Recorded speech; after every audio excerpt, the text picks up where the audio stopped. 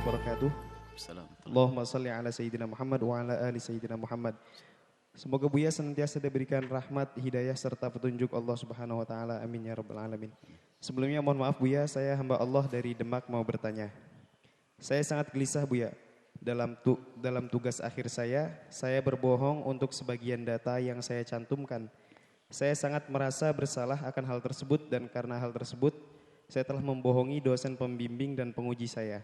Saya takut apabila bicara jujur kepada dosen saya akan berakibat kemarahan yang luar biasa Buya. Saya telah bertaubat atas kelakuan yang saya perbuat dan mendoakan dosen yang saya bohongi agar diampuni dosa-dosanya serta dipermudah segala urusannya Buya. Tetapi hati ini selalu gelisah dan saya sangat menyesali perbuatan tersebut. Mohon pencerahannya Buya, apakah langkah yang saya lakukan sudah benar dan apa langkah yang harus saya lakukan selanjutnya? Apabila Buya berkenan untuk memberikan saya pencerahan, saya sangat berterima kasih Buya. Wassalamualaikum warahmatullahi wabarakatuh. Waalaikumsalam warahmatullahi wabarakatuh. Masya Allah. Sebaik-baik orang itu yang menyadari kalau dia pernah bersalah dan menganggap kesalahan itu adalah sesuatu yang membahayakan di dunia dan di akhirat. Khususnya di akhirat. Itu sudah sangat cukup, itulah iman. Ada orang berbohong dengan dosanya sudah nggak pernah ragu. Mulai dari data penulisan, ada kan sekarang ada nulis apa? Kalau skripsi, tesis, disertasi semuanya. Ini juga perlu kejujuran, bukan hanya sekedar mendapatkan gelar. Dia harus dalam penulisannya ada maksud, kalau nakal call itu adalah harus benar. Bukan berbohong, nggak ada di kitabnya, disebutkan ada di kitabnya, berbohong hanya sekedar biar lulus. Itu adalah ya namanya nggak amanat secara ilmiah. Ya nggak boleh, itu adalah sifat jelek, ya dosa tentu. Dan itu lebih besar lagi kalau masalah ilmiah itu adalah dosa besar karena amanat ilmu. Termasuk Anda juga membohongi dosen Anda, ada dosa. Anda dosa. Cuman ingat Allah kan Maha Pengampun. Anda harus menyesal. Gimana caranya? Secara umum, kalau kita berbohong kepada seseorang, tobat kita pertama adalah kita berjanji agar untuk tidak mengulang kebohongan tersebut. Dengan siapapun, bukan dengan orang itu saja, dengan siapapun. Nah ini yang pertama. Yang kedua, kebohongan cara setelah menyesal dan bertobat, apakah harus disampaikan atau tidak? Ini ada dua model. Jika di dalam kita menyampaikan kepada orang tersebut, membahayakan kita, dan juga tidak ada manfaatnya bagi orang tersebut, maka nggak perlu disampaikan. Tapi kalau menyampaikan itu adalah tidak membahayakan di kita, kemudian setelah itu kalau tidak disampaikan membahayakan kepada orang tersebut, maka kita harus segera ngomong.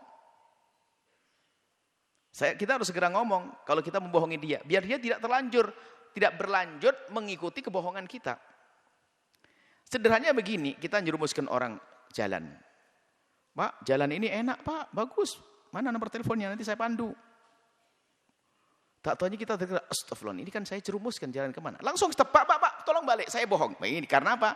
Di dalam kita memberitahu ada kemaslahatan untuk mereka. Tapi kalau nggak ada maslahat untuk dia, bahkan mungkin nggak ada maslahatnya. Kalau kita memberitahu nggak ada tambahan kebaikan. Dan juga bagi Anda mungkin jadi tidak nyaman, diam saja, tidak perlu sampaikan. Misalnya apa? Anda berbohong, misalnya data apakah waktu itu. Asalkan tidak ada hubungannya dengan masalah ilmiah. Misalnya kamu sudah lakukan ini semuanya nak, kamu sudah survei semuanya. Sudah Pak, benar, sudah. Padahal enggak. Sudah, enggak usah ngomong, tobat aja deh selesai.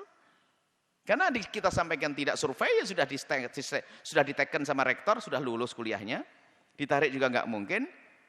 Dan enggak ada maslahatnya, enggak ada madharatnya, enggak ada bahayanya juga. Survei enggak ada urusan dengan selembar kertas. Jadi gitu. Maka jika kebohongan kita ini akan membahayakan orang, maka wajib kita beritahu. Itu saja sederhananya. Jika ternyata tidak membahayakan siapapun, ya sudahlah. Tobat pokoknya berjanji tidak mengulangi lagi. Selesai. Membahayakan secara ilmiah atau fisik, ilmiah itu kan luas masalah keimanan dan akidah. Ini seperti itu. Jadi nggak boleh berdusta. Bahkan ini masalah berdosa, berbohong ini terjadi juga pada orang-orang dulu. Pendusta hadis ada berbohong. Lah kalau pendusta hadis gimana tobatnya? Ngomong hadis ini saya ngarang, saya berdusta. Kalau ngomong begitu membahayakan dia, maka ya jangan ngomong, sebutkan saja bahwasanya hadis ini misalnya, naudzubillah, seorang meriwayatkan satu hadis dulu kan ada, karena melihat Al-Quran itu banyak ditinggalkan oleh orang-orang sehingga dia menyusun hadis-hadis palsu tentang keutamaan Al-Quran. Ya, makanya rindu kepada Allah tapi nggak dibekali ilmu ya begini. Makanya menjadi pendusta hadis, pemalsu hadis dari kalangan ahli Quran. Cerita tentang keutamaan Quran berdusta. Lah tobatnya gimana? Ada dua, dia menyatakan saya pendusta, tapi resikonya akan dia ditinggalkan oleh orang. Kalau sudah tobat kan bisa baik. Akan tapi mungkin dia masih ingin punya, merawat santri dan sebagainya, cukup tobatnya adalah menulis kembali bahwasanya hadis yang pernah saya sebutkan ini ternyata adalah hadis palsu semuanya, bukan dia yang memalsukan. Nggak usah ngomong begitu. Ini adalah hadis palsu semuanya, jangan diikuti. Dan saya mengambil dari sini-sini salah-salah, selesai. Gitu. Karena apa? Harga dirinya juga perlu dijaga. Kalau bertobat itu pun ternyata harus ada aturan dan cara mainnya agar dia tidak berat di dalam bertobat. Kalau setelah itu dikucilkan, dijauhkan dari, dia susah tobatnya nanti.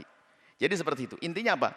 Jika Anda diam dalam kebohongan Anda membahayakan orang lain, maka Anda wajib segera memberitahu kalau Anda ingin tobat. Tapi jika tidak membahayakan orang lain, sudah cukup.